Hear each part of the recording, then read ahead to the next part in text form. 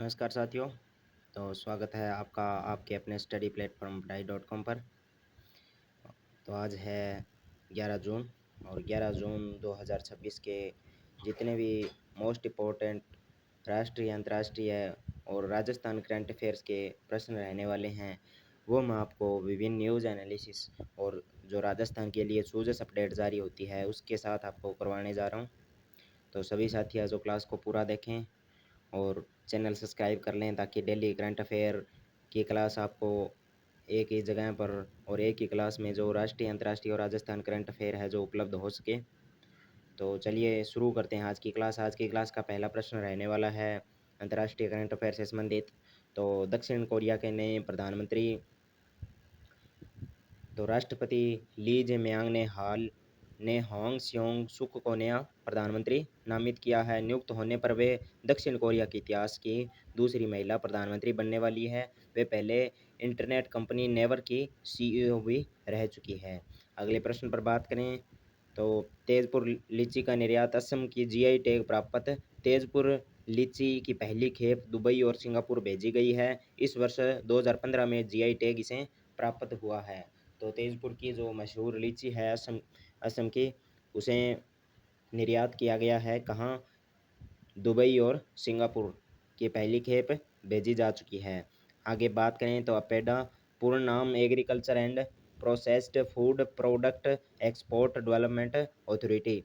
स्थापना इसकी हुई है 1986 में। मुख्यालय नई दिल्ली। वाणिज्य एवं उद्योग मंत्रालय के अंतर्गत कार्यरत यह वैधानिक निकाय है कौन? अपेडा।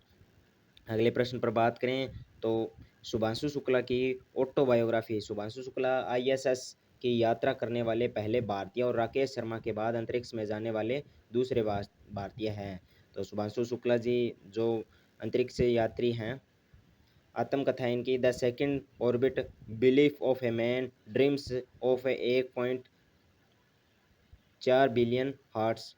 25 जून 2026 को यह बायोग्राफी लॉन्च होने वाली है। पुस्तक में उनके स्पेस मिशन संघर्ष, तैयारी, अनुशासन, सफलताओं एवं असफलताओं का भी वर्णन किया गया है। वे उत्तर प्रदेश के लखनऊ के निवासी है कौन? शुभांशु शुक्ला। पिछले वर्ष एक्सोइम 4 मिशन के माध्यम से अंतरिक्ष यात्रा इन्होंने की थी। तो शुभांशु शुक्ला के बारे में आपको ये बायोग्राफी याद रखनी है। अगले प्रश्न पर बात करें तो जनवरी 2026 में उन्हें अशोक चक्र से सम्मानित किया गया था। किन्हें? शुभांशु जी शुक्ला को 2026 में अशोक चक्र से भी सम्मानित किया गया था।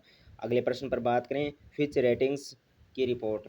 तो फिच रेटिंग्स ने FY 2027 के लिए भारत की जीडीपी वृद्धि दर का अनुमान 6.7% से घटाकर 6.4% कर दिया है। कारण अमेरिका ईरान संघर्ष, ऊर्जा आपूर्ति बाधाएं एवं महंगाई इसका मुख्य कारण रहा। 2026-27 के लिए वैश्विक जीडीपी वृद्धि दर 2.4% रहने का अनुमान है।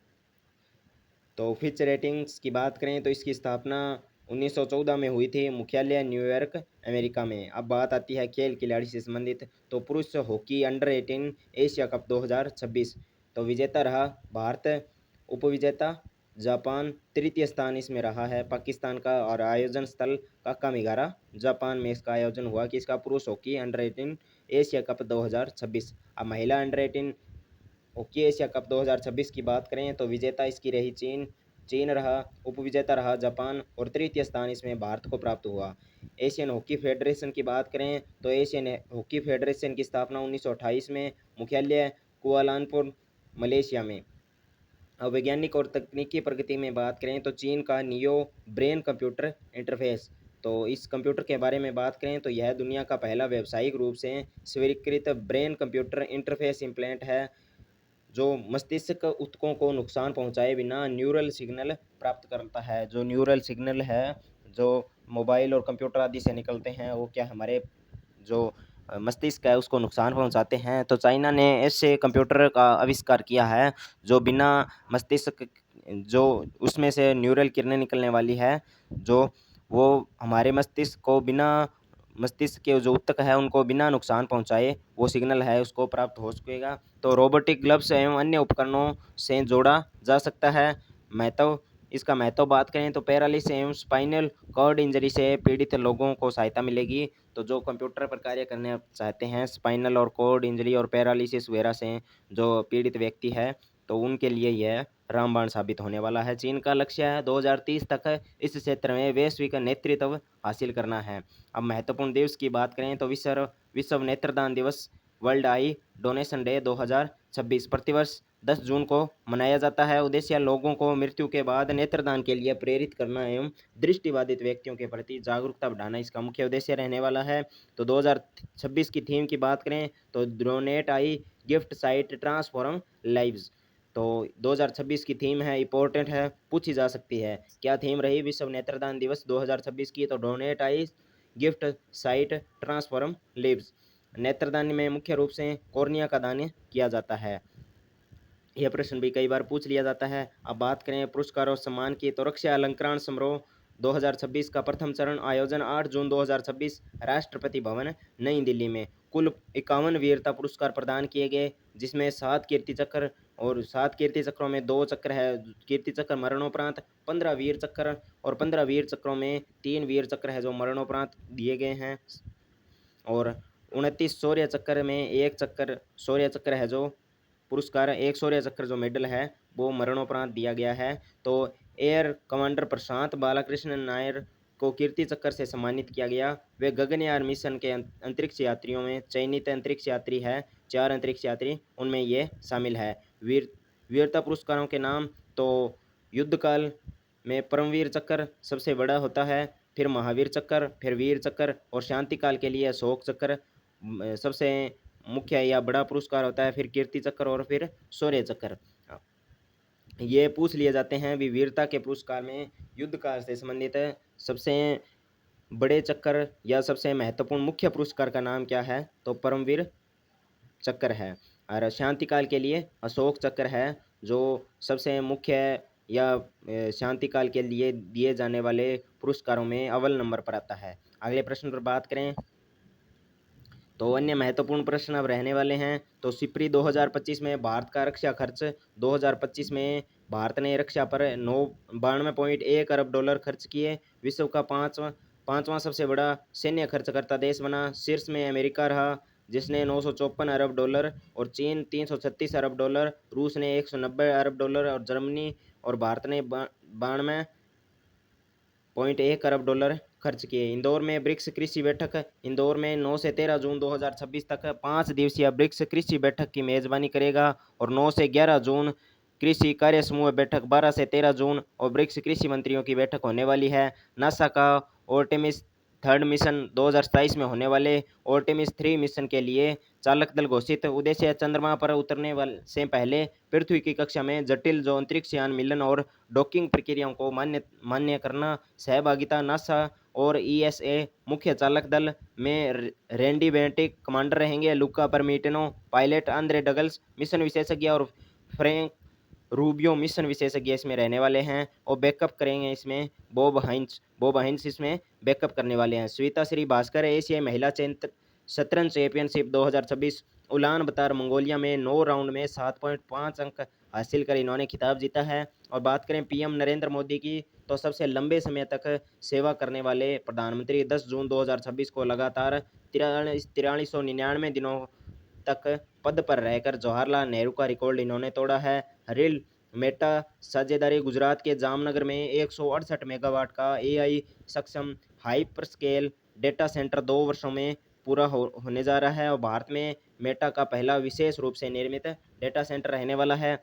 भूमि बंदरगाह प्रबंधन प्रणाली विनिमय, केंद्रीय गृह मंत्री अमित शाह ने 9 जून 2026 को नई दिल्ली में एलपीएमएस विनिमय का शुभारंभ किया। उद्देश्य वास्तविक समय में समन्वय और प्रौद्योगिक स्व संचालित संचालन के माध्यम से भारत के भूमि बंदरगाहों पर माल, यात्रियों और वाहनों के प्रबंधन में बदलाव की लाया गया।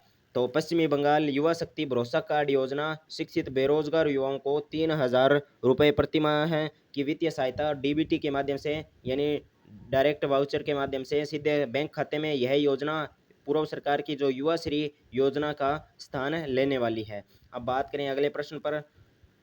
अगला प्रश्न हम बात करेंगे अब राजस्थान करंट अफेयर्स की। तो राजस्थान करंट अफेयर्स में सबसे पहला प्रश्न है राजस्थान सीनियर फुटबॉल लीग।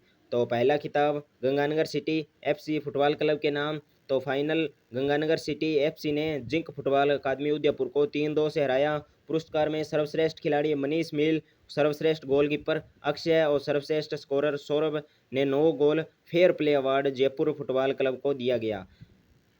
अगले प्रश्न पर बात करें तो हिंदी भाषा व्यंग्य पुरस्कार जयपुर के वरिष्ठ व्यंग्यकार प्रभात गोस्वामी को सरोज कुमारी केदारनाथ माहेश्वरी हिंदी भाषा व्यंग्य पुरस्कार से सम्मानित किया गया। और 27 जुलाई को हिंदी पुस्तकालय समिति डीग भरतपुर के 100वें स्थापना दिवस पर यह पुरस्कार है जो हिंदी भाषा के वरिष्ठ जयपुर के जो वरिष्ठ व्यंग्यकार प्रभात गोस्वामी को प्रदान किया गया है। अब बात आती है जल जीवन मिशन की। तो शुरुआत जल जीवन मिशन की 2019 अवधि दिसंबर 2028 तक रहने वाली है। राजस्थान में हर घर जल हेतु जीवन मिशन 2.0 की नई गाइडलाइंस पर MOU करने वाला देश का पहला राज्य बना है। अब प्रमुख फसलें 2022-23 के अनुसार जिनमें प्रमुख जिले उत्पादनकर्ता रहे हैं, शीर्ष उत्पादकर्ता जिले हैं, शीर्ष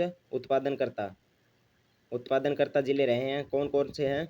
तो इन जिलों पर बात करें तो गेहूं में हनुमानगढ़ और गंगानगर प्रथम स्थान पर रहे हैं। कपास में गंगानगर हनुमानगढ़, बाजरा में बाड़मेर अलवर जयपुर और चावल में बूंदी और हनुमानगढ़, मक्का में भीलवाड़ा चित्तौड़गढ़ उदयपुर, चना में अजमेर जयपुर और जैसलमेर। जो में मुख्य उत्पादनकर्ता जो शीर्ष उत्पादनकर्ता रहे हैं गंगानगर जयपुर और मूंग में नागौर जोधपुर, उड़द बूंदी और टोंक द्वारा सर्वाधिक उत्पादन, ज्वार का जो सर्वाधिक उत्पादन अजमेर भीलवाड़ा चित्तौड़ और सरसों में टोंक अलवर सर्वाधिक उत्पादन किया है टोंक अलवर और गंगानगर। मूंगफली में का सर्वाधिक उत्पादन हुआ है बीकानेर जोधपुर और चूरू का में और सोयाबीन 12 झालावाड़ और कोटा में, ग्वार बीकानेर हनुमानगढ़ में और अरंडी जालौर सिरोही, गन्ना गंगानगर चित्तौड़गढ़, जीरा जोधपुर बाड़मेर और जैसलमेर द्वारा सर्वाधिक उत्पादन किया गया है। स्किल डेवलपमेंट एवं स्टार्टअप की बात करें तो प्रत्येक जिले में इंस्टीट्यूट ऑफ स्किल डेवलपमेंट एवं वोकेशनल ट्रेनिंग सेंटर है जो स्थापित होंगे। आई स्टार्ट एम्बेसडर प्रोग्राम शुरू होने जा रहा है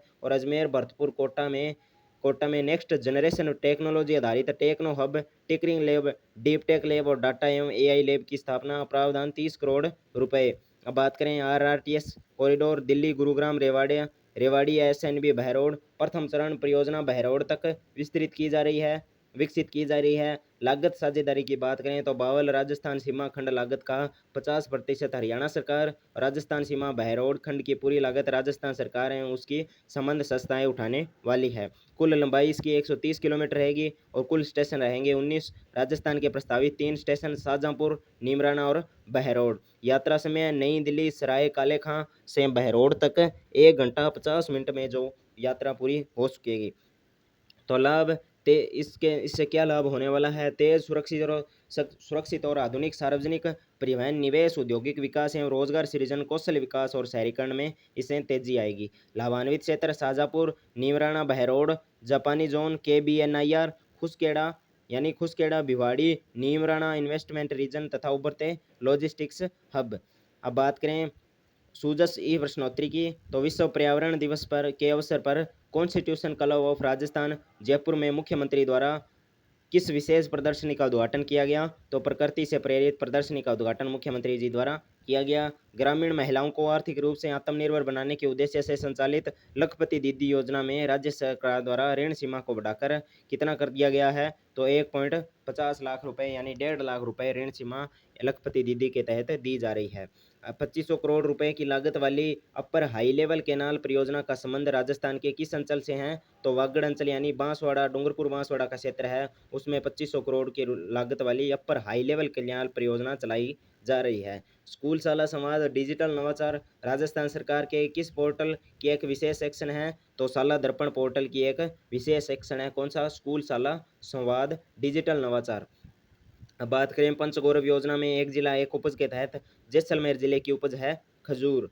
तो अब आपको एक जिला एक खेल के तहत श्री गंगानगर जिले का जो खेल है वो कमेंट बॉक्स में बताना है। भी श्री गंगानगर जिले का एक जिला एक खेल के तहत कौन सा खेल है जो घोषित किया गया है, खेल बताना है श्री गंगानगर जिले का। तो अब बात आती है न्यूज़ एनालिसिस की। तो बागड़ की तस्वीर बदलेगी, अपर हाई लेवल कैनाल परियोजना अपर हाई लेवल जो कैनाल परियोजना है वो 42,000 338 गाँवों की 42,000 हेक्टेयर भूमि तक सिंचाई जल इससे पहुंचने वाला है। वागड़ अंचल के लिए मील का पत्थर साबित होने वाली है अपर हाई लेवल कैनाल परियोजना। जनजाति बहुल क्षेत्रों में सामाजिक एवं आर्थिक विकास को गति मिलने वाली है और किसानों की आय में भी वृद्धि होगी। और 2500 करोड़ रुपए की लागत से निर्माणाधीन परियोजना है। 102 किलोमीटर परियोजना की कुल मुख्य नहर की लंबाई इसमें है।